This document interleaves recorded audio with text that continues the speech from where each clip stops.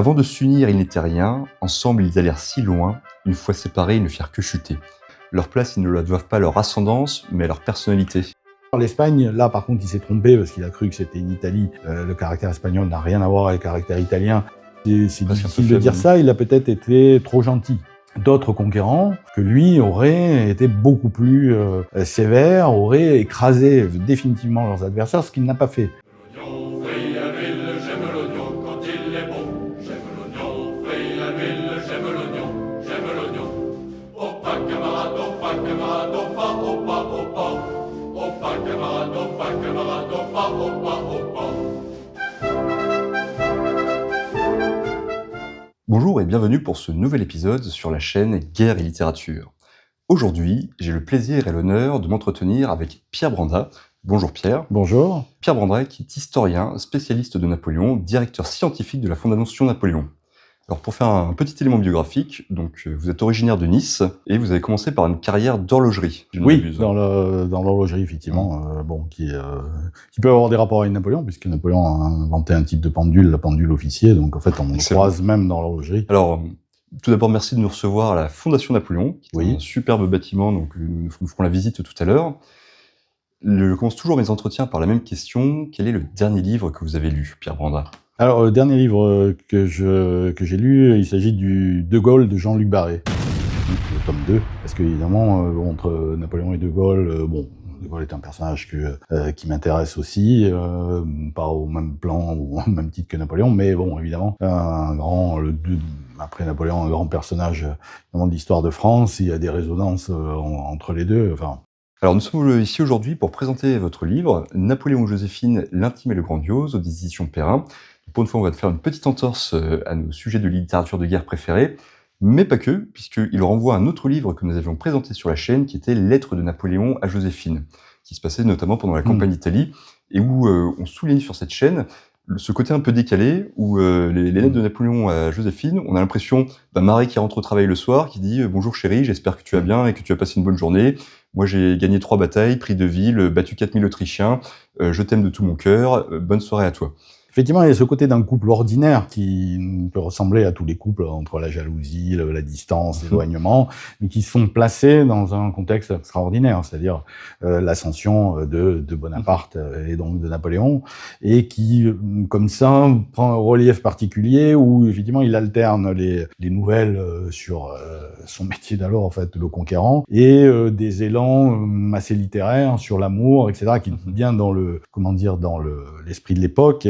Et en fait, ce langage littéraire qu'on a un peu pris, nous, au premier degré, parce que n'ayant plus la même culture que lui, ces éléments littéraires ont été un peu, si je puis dire, surinterprétés en pensant, évidemment, il y a des éléments de sincérité, mais quand Napoléon, c'est aussi du théâtre, hein, c'est aussi des références littéraires, je vous dis qu'on n'a plus.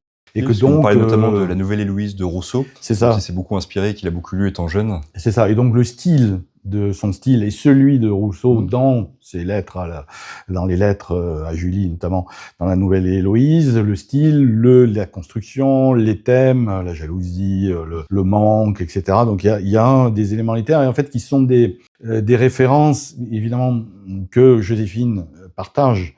Et que donc, c'est un langage entre eux. C'est comme si, à la fin de son entretien, je vous dis, que la force soit avec vous. Que la force soit avec vous. Vous allez immédiatement comprendre ce que je veux dire. Je fais évidemment en référence à la guerre des étoiles de George Lucas, Star Wars. Mais dans 200 ans, si on n'a plus cette culture-là, on va croire que je suis en train de vous délivrer un message théologique ou que je suis mystique ou que, voilà. Que je pense qu'il y a une force qui existe et en fait vous allez comprendre que, pas que je plaisante, mais voilà, que c'est une référence culturelle que nous partageons. Et c'est exactement ce qui leur est arrivé, sauf que nous ne la décondons plus, puisque nous n'avons pas ces lectures et que nous avons pris ça comme, au pied de la lettre. Au pied de la lettre, un moment de littérature, alors que c'est une manière de s'exprimer, et qui d'ailleurs est présente chez les deux, hein, puisqu'elle pastige d'autres auteurs. Et donc, le problème, c'est qu'on n'a pas les lettres de Joséphine, donc on a... Oui, voilà, non. Par contre, on a une pendant leur mariage, mais c'est vrai que je ne sais pas ce qu'il en a fait. Enfin, est-ce qu'il les a probablement détruites? Peut-être qu'elles sont quelque part, quand on trouvera un jour. Ce serait le Graal pour l'historien de Napoléon. Pour la première fois de toute l'histoire du peuple breton, nous cherchons la même chose. Le Graal. C'est possible, hein, c'est possible après tout, mais en tout cas, elles ont disparu. Est-ce qu'il a voulu les effacer parce qu'il n'avait pas toujours, si je puis dire, l'avantage dans ces lettres-là? Parce que Joséphine était quelqu'un de fier, d'indépendant, c'est pas du tout le portrait qu'on en a fait. Je pense que oui, il fallait un gros caractère quand même par rapport à celui de Napoléon. Oui, bien sûr, il faut quelqu'un qui ait du lui. répondant. Alors, si elle avait été une femme légère, bon, elle pouvait l'être par certains côtés, mais sans cesse légère, enfin, un personnage comme Napoléon, ça serait vite lassé. Hein. Il faut quand même, face à lui, quelqu'un qui ait du répondant, si je puis dire, en caractère, en jalousie, elle savait s'opposer à lui sans s'opposer frontalement, hein, ce qu'il détestait. Napoléon détestait la contradiction, hein, ça n'étonnera personne. Il écoutait beaucoup, mais une fois qu'il avait fait son avis, c'était très difficile, et même elle n'y est pas parvenue. Hein. À le faire changer d'avis. Ça avait un peu joué de son Napoléon comme d'un piano, quelque part. Hein. Oui, bien sûr, c'est ce qu'il a dit d'ailleurs. Hein. C'était la personne la personne, non pas homme ou femme confondu, qui m'a le mieux compris et savait, si je puis dire, exploiter toutes les nuances de mon caractère. Donc elle n'était pas colérique comme lui, elle était beaucoup plus douce. Et lui, face, vous savez, la caractéristique de Napoléon, c'est qui est pas une caractéristique souvent partagée, c'est qu'il était fort avec les forts et faible avec les faibles. Face à l'Autriche, etc., il était capable de livrer la guerre, mais face à quelqu'un qui était semblait ou jouait la faiblesse comme Joséphine, était totalement démuni. Napoléon n'est bon que dans l'adversité et pas dans quelque chose. Dans l'adversité. Et l'adversité, oui, c'est quelque chose qui le galvanise. Il faut pas, si je puis dire, le prendre au mot ou essayer il va essayer de gagner parce que c'est un joueur malgré tout. C'est quelqu'un qui n'a pas peur d'affronter. Donc ça, c'est pas un problème pour lui. Par contre, quand la personne est désarmée, plus faible, larmoyante, etc. Il est atteint et il a une sensibilité qui fait qu'il est sans réaction ou il ne peut pas imposer quelque chose de difficile. Et d'ailleurs, pour lui, hein, c'est valable dans la guerre aussi. Hein, Napoléon était un grand conquérant, évidemment un grand chef de guerre, mais dans la paix, finalement, c'est difficile de dire ça, il a peut-être été trop gentil. D'autres conquérants que lui auraient été beaucoup plus sévères, auraient écrasé définitivement leurs adversaires, ce qu'il n'a pas fait. Et évidemment, on va lui porter tort parce qu'à chaque fois ils reviennent contre lui. Et lui, une fois si je puis dire, il a gagné le match, on va dire ça comme ça. C'est pour lui, il a gagné à la régulière et pas que ça s'arrête là parce qu'il va quand même évidemment remodeler les territoires, poser beaucoup de choses à l'Europe, etc.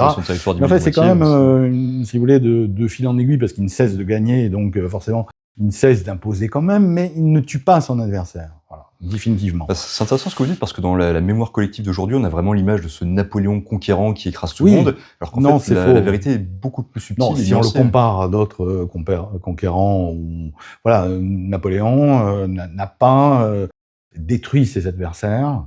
Il les a vaincus, il leur a imposé certaines choses. Il a plutôt à chaque fois cherché de se concilier avec eux, hein, avec le tsar Atilsite.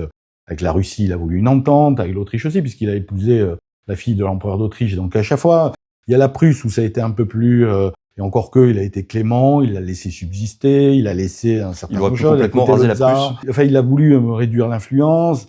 Il est sensible, le problème, c'est qu'il est sensible à beaucoup de causes. Il a été sensible à la cause polonaise, mais c'était compliqué avec la Russie. L'Italie, il avait aussi sa façon de voir. L'Espagne, là, par contre, il s'est trompé parce qu'il a cru que c'était une Italie. Le caractère espagnol n'a rien à voir avec le caractère italien. Et il a cru que, on mal informé. C'était des Méditerranéens dans les deux cas et que ça se passerait de la même façon. Oui, non, c'est totalement différent. Il n'a pas compris la fierté du... Je peux pas dire que les Italiens n'ont pas de fierté, hein, mais la fierté jusqu'au boutiste des Espagnols, ce qui n'est pas le cas des Italiens qui, depuis les Médicis, hein, depuis les Florentins, ont toujours la culture de l'accommodement. Les Italiens, depuis la Renaissance, privilégient, on va dire, l'entente à la guerre.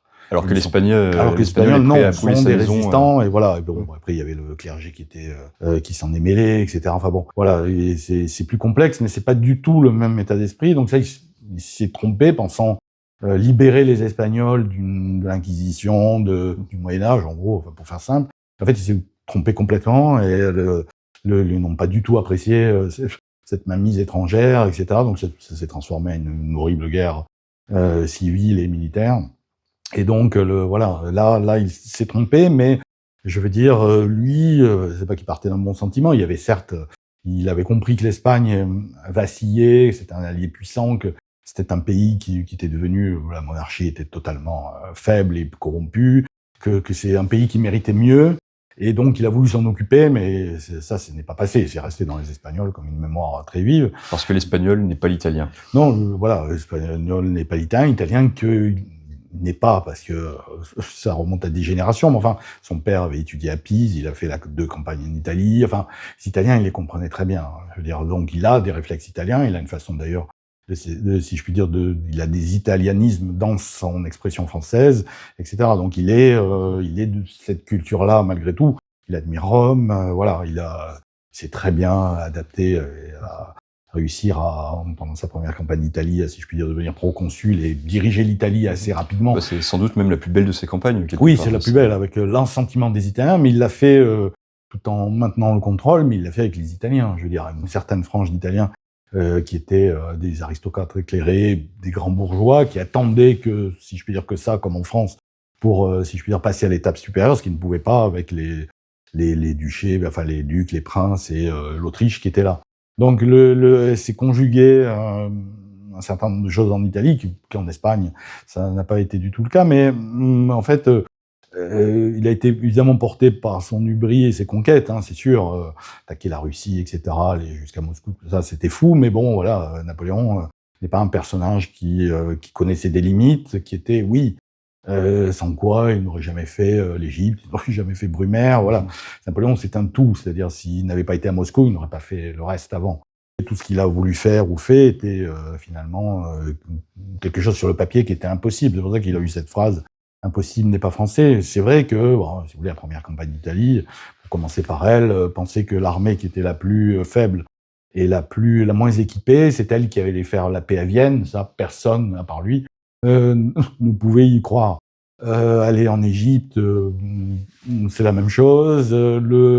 La deuxième campagne d'Italie aussi, enfin chaque fois. Hein, donc on peut aller jusqu'à la fin, évidemment aller jusqu'à Moscou aussi, sauf qu'à un moment, évidemment, ça va trop loin, et donc il n'a pas toujours évidemment gagné. Mais enfin, lui, à chaque fois, il y a cru, il a mis les moyens, il n'était pas loin. Enfin, bon, voilà, ça en fait un destin extraordinaire, bien sûr. Tout à fait.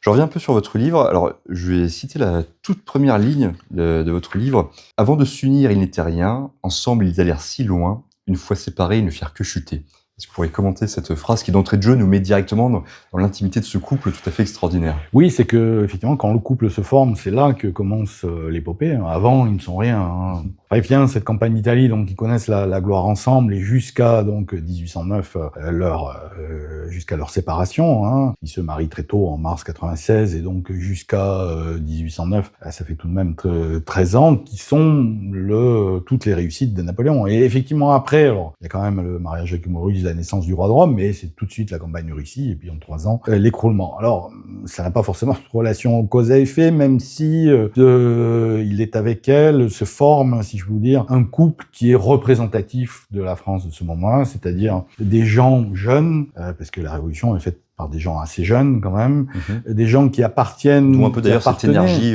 débordante. Voilà, qui appartenaient à une certaine élite, alors il faisait partie la petite aristocratie, mais éclairée, c'est-à-dire qui avait été baignée par les Lumières, qui est devenue révolutionnaire, hein, l'un comme l'autre, et qui représentait cette France qui venait de changer, et donc qui était, voilà, entre Joséphine, qui était française, qui elle aussi était partie de rien, hein, puisque ce couple, il a comme originalité dans l'histoire européenne, au moins, j'ai pas été voir toutes les dynasties dans le monde, mais c'est le seul couple qui est arrivé sur le trône, alors que ni l'un ni l'autre n'était préparé à régner. D'ailleurs, c'est une phrase que vous dites dans votre livre, leur place, ils ne la doivent pas à leur ascendance, mais à leur personnalité, oui, leur oui, caractère. Exactement. Leur personnalité, leur caractère, leur histoire. Et ça n'existe pas ailleurs. Personne n'est monté sur le trône. Alors, le roi pouvait choisir une reine qui était, on va dire, d'extraction modeste ou pas préparée, mais enfin, c'est toujours ou l'un ou l'autre, ou les deux. Qui, quelque part, c'est le plus bel exemple de méritocratie qui puisse exister. Oui, bien là. sûr. Les deux, enfin, c'est totalement fou qu'ils aient pu être sacrés à Notre-Dame, etc. Enfin, je veux dire, si un romancier avait imaginé ça, ou écrire ça quelques années plus tard, on aurait dit qu'il était fou, enfin que c'était n'importe quoi. D'ailleurs, ça rappelle une phrase de Tom Clancy qui disait que la différence entre la fiction et la réalité, c'est que la fiction se doit d'être plausible. Oui, c'est tout à fait, oui, non, mais on est dedans. On est l'exemple complet. Et en plus, ça va marcher, ça va passer, hein. Elle va être une impératrice reconnue, un empereur reconnu, c'est pas que c'est quelque chose qui va choquer les Français. Oui, quelques-uns vont être choqués, mais enfin, ça semble couler de source, c'est ça qui est impressionnant avec eux. C'est que voilà, des gens qui a priori n'étaient pas faits pour ces habits-là, eh bien dans ces habits-là, parce qu'ils ont une capacité d'adaptation, elles aussi, hein, presque de caméléons. Alors ils changent pas de personnalité, ils sont enfin qui jouent un rôle qui si vous voulez est le leur, ils peuvent comme ça mettre, si je puis dire, exploiter au mieux leur caractère et mettre comme ça au service de l'ambition, puisque tous les deux sont ambitieux, tous les deux veulent réaliser un certain nombre de choses, et en fait eux représentaient vraiment la synthèse de cette France qui devait se réconcilier après la Révolution, avec elle qui fait revenir les immigrés, etc., qui crée une nouvelle société, une nouvelle élite, et donc dont ils sont les incarnations. Donc forcément que pour les Français, ils sont le couple idéal, parce qu'il a eu l'intelligence de tout de suite de mettre Joséphine, de l'amener en scène avec lui, parce qu'il avait compris qu'un homme seul, un militaire, pouvait inquiéter. Bon, il avait un caractère qui n'était pas toujours facile, donc il n'avait pas de patience. Or, dans la politique, il faut de la patience, il faut écouter, et ça, c'est le rôle de Joséphine, en fait. C'est vrai que quand vous présentez un peu ce couple, on a l'impression qu'il y a ce côté très good cop, bad cop, bon flic et Oui, mauvais aussi, flic. bien sûr, bien sûr. Napoléon fait l'homme dur, et Joséphine, derrière, vient raccommoder un peu les morceaux. Oui, tout à fait. Alors, ça correspond à leur caractère. Ça a probablement été surjoué à des moments, mais ça correspond à une réalité. Et en même temps, ça leur sert. C'est effectivement qu'il faut quelqu'un qui passe du temps, vous demander, etc. Vous écouter, vous répondre, vous faciliter, etc. Ce que Napoléon pouvait faire, mais bon, il est tout le temps pressé. Il reste pas en place. Bon, il a des campagnes à mener, un État. D'ailleurs, vous réformé, racontez etc. que quand ils ont un repas à faire ensemble, le dîner, souvent il se part au dessert. Oui, non, Joséphine qui il le ramène reste ici. pas. Non, elle le sait qu'il est comme ça. Elle aime cet homme-là, parce qu'ils sont complémentaires. Et ça, et il l'a compris très vite. C'est pour ça qu'il la couronne à Notre-Dame, parce que d'ailleurs le tableau qui est resté, c'est un tableau de couple, le tableau de David. C'est ça. Et c'est la représentation, iconique d'un couple la plus célèbre au monde, en fait. Oui, on peut avoir César et Cléopâtre, mais enfin, on n'a pas de tableau, si je puis dire, dans la tête comme le Sacre de David, qui représente ce couple en majesté et dans son apothéose. On peut pas aller plus loin, finalement. Et en même temps, on en parlait au début, on a cette correspondance qui, effectivement, décrit leur intimité, ce qui fait qu'on a à la fois le grandiose avec David et ses représentations, et l'intimité du couple, parce que ça, on n'a pas toujours en histoire. Il y a tout un chapitre qui est consacré, même à leur vie sexuelle. Oui, avec tout à leurs fait, allusions. oui. Et c'est vrai que vous êtes allé quand même très très loin dans leur intimité. Justement, je vais revenir un peu là-dessus, le fait que vous ayez partagé l'intimité de ces personnages.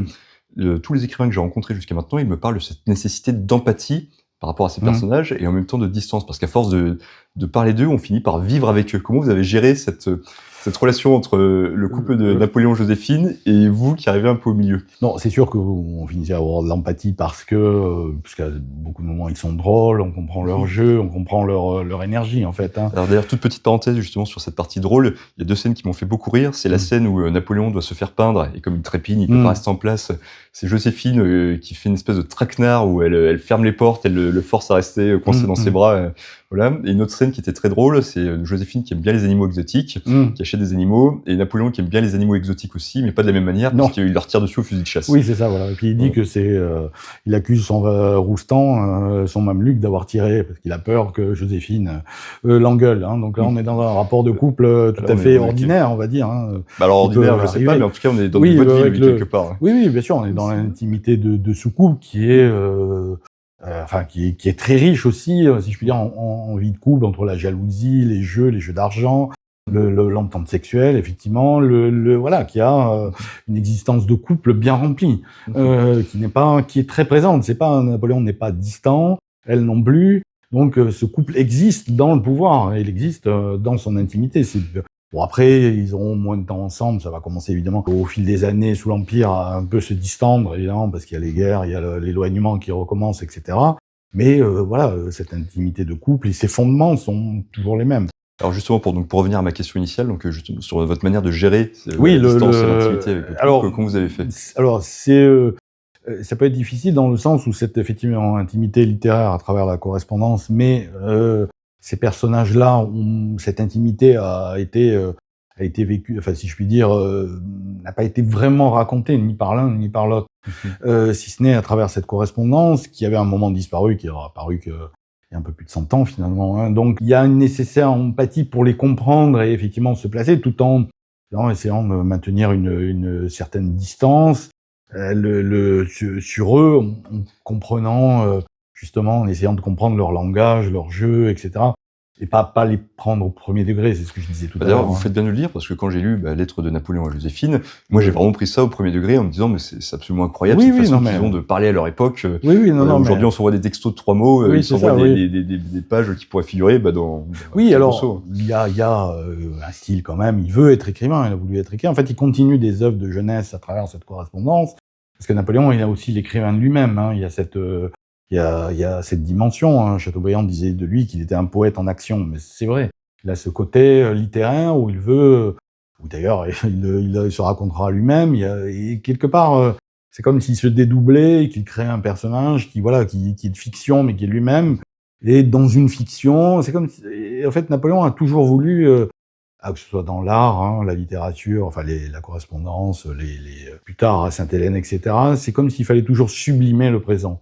C'est même comme si, pourtant, déjà extraordinaire, tout ce qu'il est en train de faire, entre les batailles, la politique, le sacre, etc. Mais non, il faut encore sublimer ça, qui va évidemment donner... alors, il a eu la chance d'avoir des peintres de génie et talentueux comme David, Gros, hein, etc. Donc, ils vont créer l'image. Le son, on l'a pas, mais on a ce qui est mieux, les écrits, hein, avec des formules percutantes et très courtes, hein, qu'il a su, alors il aurait peut-être pas dit ma vie est un roman, mais enfin l'imagination gouverne le monde, etc. Enfin des formules qui font qu'aujourd'hui, où nous sommes une civilisation, vous venez de le dire, avec courte, c'est-à-dire des formats courts, c'est-à-dire une phrase, une image dans les réseaux sociaux, dans les trucs, finalement il est adapté à notre époque, parce que il y a un message simple, fort, et en même temps une image forte.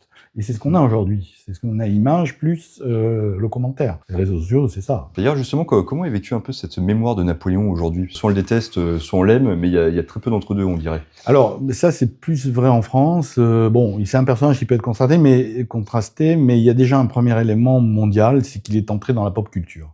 Il est entré dans les réseaux numériques à travers l'image et tout, mais bon, par exemple, le tableau Bonaparte franchissant le grand Saint-Bernard de David, on le voit, est décliné à l'infini. Je veux dire, des mignons dans le moi moche et méchant, à toutes sortes, enfin, d'autres hommes politiques. Le cheval devient une moto, il devient... Donc déjà, il est entré dans la pop culture. Et donc, il y a cette dimension populaire qui a, comme ça, s'est répandue sur la planète. Hein, parce qu'il faut savoir que l'audience de Napoléon, c'est 20% en France, 80% à l'étranger. Hein.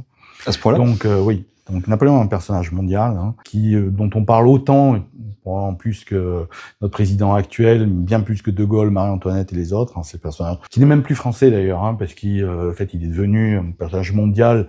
Bon, on sait qu'il est français, mais je veux dire, c'est pas ça qui est. Si vous voyez, De Gaulle est vraiment identifié comme la référence du chef d'État et français. Du premier des Français. Du premier français. Napoléon n'est plus identifié comme ça, il est identifié comme un personnage mondial qui sert d'exemple dans divers, ou de contre-exemple, dans diverses situations, et on retient l'énergie, on retient la capacité de décision, la rapidité, la construction, l'État, l'armée, le génie militaire, enfin il y a tellement de domaines que, si vous voulez, on va retrouver du Napoléon partout, et si on peut reprendre cette formule de mon directeur Thierry Lenz, où il est le plus fort, il est dans nos têtes.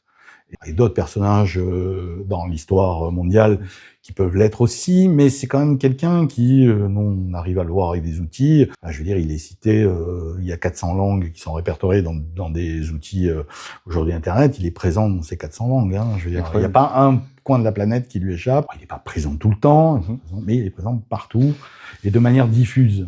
C'est comment d'ailleurs cette fameuse phrase de Chateaubriand, vivant il a conquis le monde, mort il l'a dominé? Vivant il a raté le monde, mort il l'a conquis en fait, c'est ça. Mort il a pris, il a pris une dimension. C'est vrai parce que c'est la postérité que n'a pas eu Napoléon III, qui lui pour le coup a eu les attachés de presse contre lui. Victor Hugo. Voilà, Victor Hugo du coup contre lui. Peut-être la photographie qui à l'époque existe mais n'est pas mis en scène comme aujourd'hui, le dessert probablement. Hein. Il y a Napoléon III un peu bedonnant qui a l'air fatigué, etc. Forcément ça donne pas une image très forte, alors que Napoléon n'a laissé que des tableaux emblématiques. Oui, vous racontez comment il fait retoucher les tableaux. À un moment, il a un tableau de Joséphine sous les yeux, il dit non, l'épaule est trop basse, je n'ai rajeunissez là. C'est Photoshop avant l'heure. Hein. Tous les tableaux sortis sous le consulat et l'Empire ont été vus, commandés, pensés par le régime. Donc, c'est entièrement une communication du régime, de A à Z, de la miniature jusqu'au tableau du sacre qui fait 40 mètres carrés. Donc tout ça a été sous contrôle.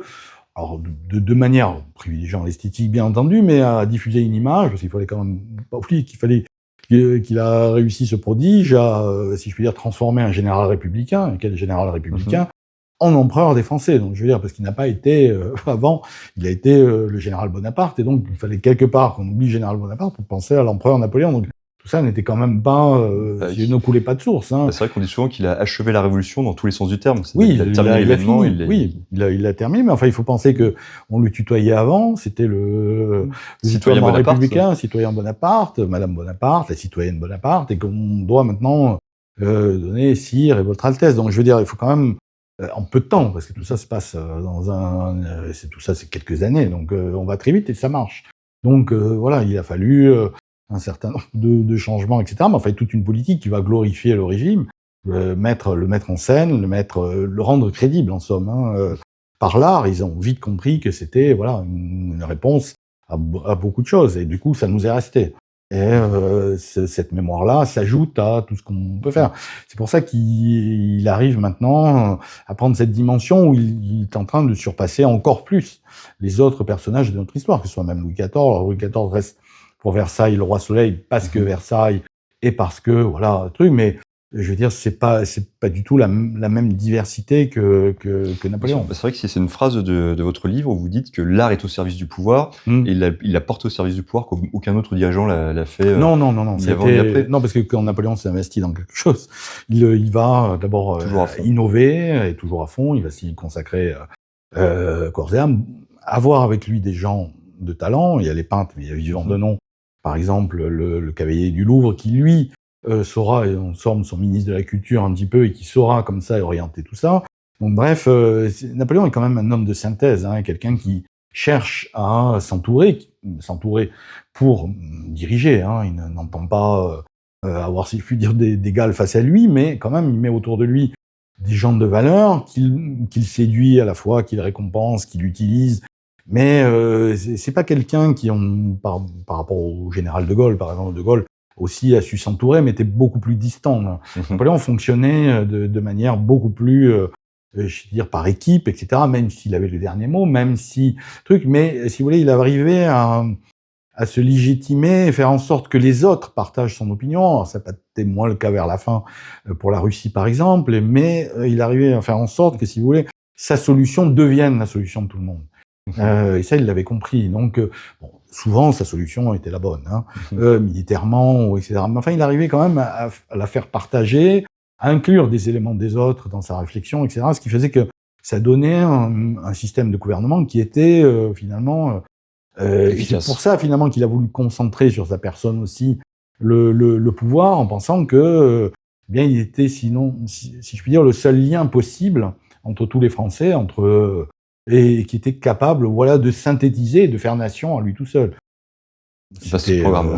Vaste programme, c'était évidemment trop ambitieux, etc. Mais on peut dire que sous le consulat ou Raymond, quand même, et la preuve que toutes ces institutions sont restées, si elles n'avaient été que le fait d'un seul homme dictatorial et, je veux dire, qui eût été fait contre les Français, tout aurait été balayé en un instant. Je veux dire, en 1814, on aurait tout enlevé. Or, tout est resté, parce que tout avait été construit, en réalité, à la fois les aspirations nouvelles, l'ancien régime, mais on avait une synthèse de ce qu'était cette France, de ce que voulait la France, et faisant participer à peu près tout le monde, hein, même ceux qui, parfois, qui s'étaient fâchés et qui faisaient revenir. Donc, le fait de cette construction synthétique fait que, eh bien, tout est resté. Banque de France, Conseil d'État, Cour des comptes, préfet, lycée, etc., baccalauréat, enfin on peut rester toute la journée à les citer. Bref, parce que c'était, oui, ça venait d'un seul homme, c'est vrai, mais qui n'était finalement pas tout seul. Sans quoi, tout seul, il n'aurait jamais pu rien faire. Et dès le début de sa carrière, il a toujours cherché à associer les plus grands talents possibles, je vous dis, tout en les dirigeant. Hein. Il n'était pas question pour lui d'obéir, ou Napoléon n'a jamais voulu. Effectivement, ça fait partie de son caractère, mais il a monté des entreprises communes. Même sa campagne funeste, la campagne de Russie, il emmène 600 000 hommes. C'est toute l'Europe qui l'emmène avec lui. Hein. Des Allemands, des Italiens, des Espagnols, des Portugais, des Belges, des Français, près de la moitié de la grande armée est pas étrangère, mais n'est pas française. Et quand même, ces gens-là y vont. Bon, certains sont contraints, mais pas tant que ça. Hein. Donc, Ils sont emportés par le mouvement. Oui, ils sont emportés par le mouvement, par une vision, par quelque chose. Il ne faut homme. pas croire que, voilà. Évidemment, c'est un homme de pouvoir qui a voulu aller trop loin, qui a voulu, avec Joséphine, et qui a, au moment, pour en revenir à elle, où ils se séparent, c'est vrai qu'il brise un peu une image d'un couple qui représente la France pour aller chercher une archiduchesse d'Autriche, la nièce de Marie-Antoinette, donc ça rappelle l'Ancien Régime. Ouais. Là, si vous voulez, on comprend ces motifs politiques, diplomatiques, etc. Mais si c'est accepté à l'époque, mais enfin, c'est quand même une sorte de rupture. Les gens n'aiment pas trop ce renvoi de Joséphine.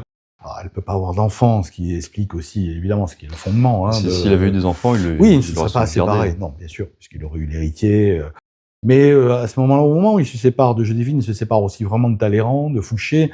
Donc, si tu la France révolutionnaire et de cette génération-là, qui avait survécu à la Révolution et qui finalement avait façonné la France avec lui, il s'en sépare un peu pour épouser quelque chose qui ressemble, d'ailleurs il commençait à appeler Louis XVI mon oncle, etc. Enfin, et donc revenir en arrière, quelque sorte. Alors, c'est pas ça qui l'a fait chuter, puisque ce qui l'a fait chuter, c'est la défaite militaire, mais enfin, quand même, il y a quelque chose qui cloche. C'est le premier pas dans l'engrenage. Et évidemment, on peut dire, une fois que lui et Napoléon sont séparés, ils ne vont faire que chuter, ce qui est vrai. C'est-à-dire, alors même qu'il avait installé avec elle cette image, Joséphine et ma bonne étoile. Et ça avait été répété à l'envi. Et quand il va chuter, on va dire bah oui, mais bien sûr, il s'est séparé de Joséphine, il a perdu sa bonne étoile et donc il a perdu. Surtout qu'il croyait beaucoup en cette bonne étoile. Quand il voulait promouvoir un nouveau général, il demandait pas est-ce qu'il est bon, il demandait est-ce qu'il avait de la chance. Oui, tous les deux, ils croyaient. Joséphine comme Napoléon, était pas mystique, le terme est trop fort, mais avait cette dimension. Ils n'étaient pas très religieux. Ils croyaient au destin. Ils croyaient un certain nombre de forces qu'ils n'arrivaient pas vraiment à définir, dans lesquelles sans doute ils ont été persuadés assez tôt qu'ils faisaient partie d'un plan de destin sans aller vers des illuminations ou quoi, mais voilà, qui faisaient partie d'une destinée qu'ils devaient accomplir, en quelque sorte, ce qui les a rendus plus forts, parce que la caractéristique qu'ils ont tous les deux, et ce qui transparaît dans leur correspondance, pas seulement entre eux, mais vis-à-vis des autres, c'est qu'ils ne doutent jamais. Il n'y a pas de doute chez eux. C'est-à-dire, ils sont persuadés d'arriver là où ils veulent aller. Alors, ils peuvent s'inquiéter, surtout Joséphine, mais ils ne doutent pas du résultat. C'est très frappant, ça. Donc, il y a chez eux une certitude. Confiance en eux. Il y a de la confiance en eux, il y a une certitude, une espèce de... Alors, qui est renforcée par le couple, puisqu'ils s'épaulent mutuellement. Napoléon dira, d'ailleurs, je l'ai emmené à Notre-Dame parce que dans les moments difficiles, il aurait été avec moi. Plus tard, il dira, quand il a été exilé à l'île d'Elbe, elle serait venue avec moi. Donc il se renforce il se rassure, Joséphine rassure Napoléon. Probablement, Napoléon rassure Joséphine. Donc ils s'épaulent, et ça a été très important. Ils ne sont pas seuls, ils sont deux. Donc ce ciment-là fait que, comme tous les deux sont assez certains, ne doutent pas vraiment, bref, ils vont s'auto-entretenir, si je puis dire, et forcément que ça les pousse. Même si ça ne suffit pas, il ne suffit pas, hélas, de croire en soi pour aller devenir empereur des Français, mais ça y participe. Si d'abord il n'avait pas eu ça, il ne serait jamais... c'est un préalable.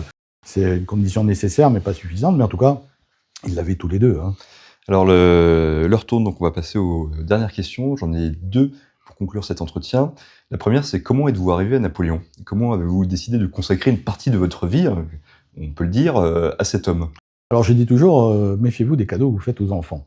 Parce que moi, après une opération de l'appendicite, on m'a offert un grand Napoléon raconté aux enfants de Fernand Nathan, un très grand livre, magnifiquement illustré, avec des commentaires assez soutenus. Je devais avoir 7-8 ans, et c'est parti de là, en fait. Donc, c'est pour ça que j'ai dit, faites attention, parce que des choses ne peuvent pas quitter. D'ailleurs, c'est toute une génération, puisque Thierry Lenz, mon directeur, c'est le même livre qui l'a poussé vers Napoléon. Et d'autres, on le sait, qui m'ont dit « Ah ben oui, moi aussi, etc. » Souvent, les passions naissent dans l'enfance, et c'est le cas. Effectivement, voilà. Ce qui en soi est logique, les cadeaux d'enfants forment l'imaginaire des enfants. C'est ça. Et après, on influence tout le reste de leur vie. Et c'est d'autant que Napoléon, et ça c'est encore Chateaubriand qui le dit, où il avait été le plus fort, c'est qu'il a touché l'imaginaire. L'imagination. Et donc, effectivement, enfant, et beaucoup d'enfants peuvent le recevoir comme ça, c'est qu'il frappe votre imagination par toutes ces images, l'Égypte, même la Russie, parce que c'est le drame. Mais voilà, c'est une histoire riche, le sacre, et ça, des images fortes qui vous frappent. Et cet imaginaire que vous développez, effectivement, l'imagination est importante dans l'enfance, se développe avec ça, et forcément reste. Et donc, c'est là, il continue à toucher par là, d'ailleurs. Donc si vous voulez changer le monde, il faut toucher l'imagination des gens.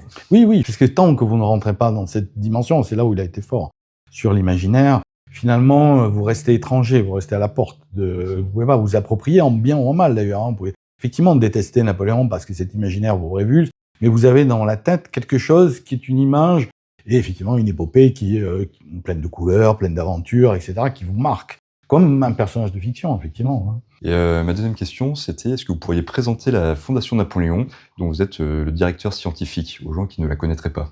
Alors la Fondation Napoléon a bientôt 50 ans, elle vient d'un passionné de Napoléon, d'un like d'un passionné de Napoléon, qui est Martial Lapeyre, celui qui a fondé Lapeyre, il n'y en a pas deux selon le fameux slogan, qui ensuite a voulu que sa fortune puisse servir à développer l'histoire du Premier comme du Second Empire, à travers, bon, à l'époque il ne connaissait pas, mais tous les canaux possibles, les expositions, les sites internet, les livres, les vidéos, etc. Enfin, faire connaître et diffuser encore le plus possible cette culture et cette histoire, tout en gardant un aspect scientifique majeur, parce que Napoléon ayant une légende noire, une légende dorée, voilà, le personnage, on l'a dit tout à l'heure, par l'imaginaire, et peut nous échapper en revenant aussi aux sources, et c'est pourquoi nous avions entrepris le grand travail d'édition de la correspondance de Napoléon, en 15 volumes, plus de 40 000 lettres tout de même, et qui aujourd'hui est en ligne sur Internet intégralement. D'ailleurs, vous avez toutes les lettres de Napoléon sur napoleonica.org, qui est un des sites d'archives de la Fondation, mais ça continue, puisqu'il y a d'autres archives, d'autres personnages, d'autres champs à explorer, c'est loin d'être fini en fait. Chaque fois on en découvre, il y a des nouvelles lettres, etc. Et donc ça fonde de nouvelles approches à chaque fois. Et encourager les jeunes, surtout, à travers les bourses, les conférences, les séminaires, etc. Parce que l'avenir, évidemment, comme toujours, est à la jeunesse, donc c'est ça qui nous importe. Pas rester, effectivement, enfermés sur nous-mêmes, et pouvoir comme ça, promouvoir, encourager le plus possible, c'est notre rôle, la recherche, la plus plurielle possible d'ailleurs. Il ne s'agit pas de célébrer vive l'empereur tous les matins, c'est pas ça. C'est pas un cercle secret d'admirateurs de Napoléon qui se réunissent. Non, c'est pas ça, parce que ça s'est fermé, si vous voulez. Napoléon a depuis longtemps débordé ces frontières-là. Donc ce qui est intéressant, c'est le ramener aussi dans son époque, pour éviter les anachronismes, mieux expliquer. Et plus on connaît cette histoire-là, d'ailleurs, moins on en est, finalement, plus on en est passionné. C'est plus on s'approche. La vérité historique n'existe pas, mais plus on va s'approcher de cette période-là, plus on va la trouver fascinante, et peut-être sans doute beaucoup plus que des fictions qui ont été développées et qui sont des légendes, en fait. Eh bien, merci beaucoup Pierre Mandrat pour cette interview absolument passionnante. Voilà, donc votre livre, Napoléon et Joséphine, l'intime et le grandiose, aux éditions Perrin. Merci à vous. Merci, et à bientôt.